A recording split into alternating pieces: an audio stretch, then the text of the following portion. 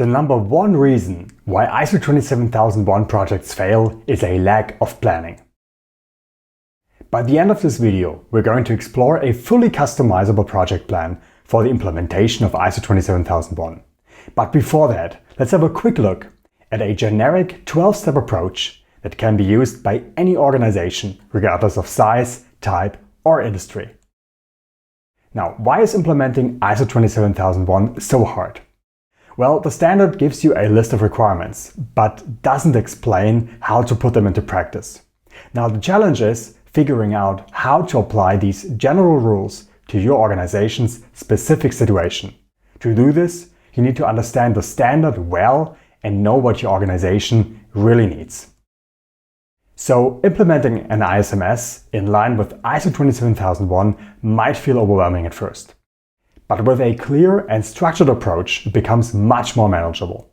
The 12-step method I'm about to share works for any organization, no matter its size or industry. Now, step one of this approach is all about setting the foundation for a successful implementation. An ISMS can only work if top management is fully on board. This is because implementing an ISMS takes significant resources like time and money, and top management even has specific roles they need to play within the system. So without their approval and support, the project simply can't move forward. So getting them involved is a must. Now, the next step is to determine the scope of the ISMS, which includes an organizational, physical, and ICT scope in which you describe what is covered by the management system and what is not. Also, a highly strategic decision that should be made in the very beginning of the implementation project.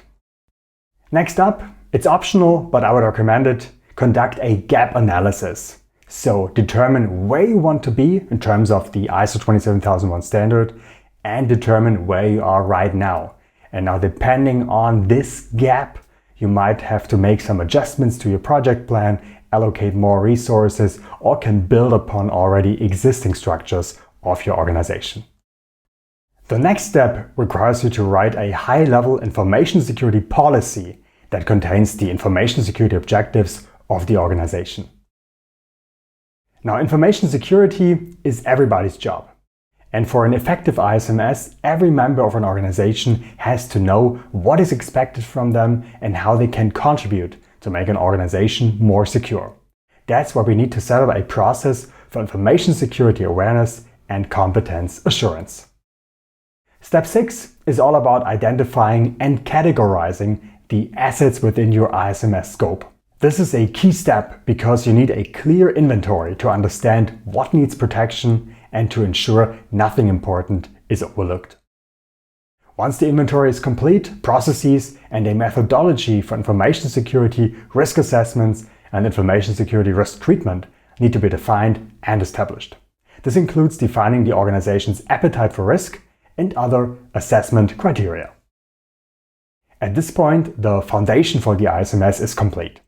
This allows us then to conduct risk assessments by following the previously defined risk assessment process and track our results in a so-called risk register. Now, based on the results of the assessment, we then need to develop and implement a risk treatment plan.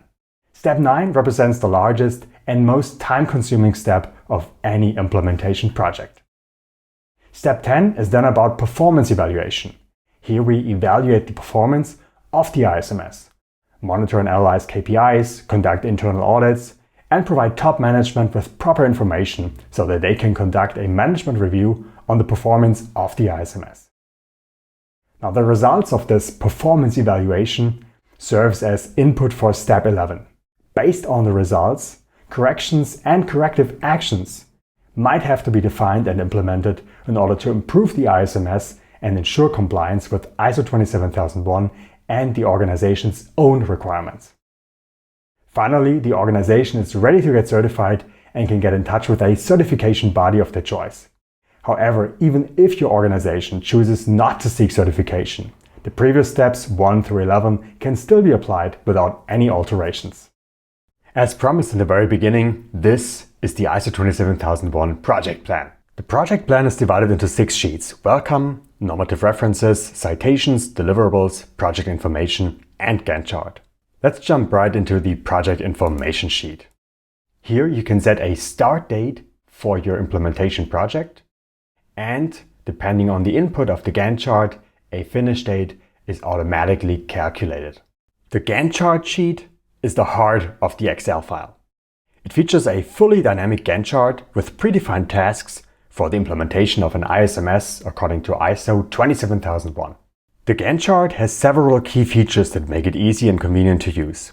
The project structure is smart, featuring stages, tasks, and milestones. The entire project is aligned with the generic 12-step approach, which is applicable to all organizations regardless of size, type, or industry. The chart features a total of over 400 predefined tasks divided into 12 stages that are, as I just mentioned, aligned with the general or generic approach that we discussed in this video. Each stage consists of multiple tasks that follow a distinct order and take you step by step closer to compliance, which in this case is the certification audit. The dynamic timeline feature allows you to keep your deadlines and upcoming tasks in sight without ever having to redesign the Gantt chart. Yes, you heard right. No formatting is necessary. The progress tracking feature allows you to stay on top of your project. The Gantt chart is also fully customizable, so if you feel like you need more tasks or you want to make some changes to the order, feel free to do so. It's an Excel spreadsheet that can be adapted to whatever fits you best. So if you're looking for an easy and effective way to implement an ISMS, then this template might be the solution for you.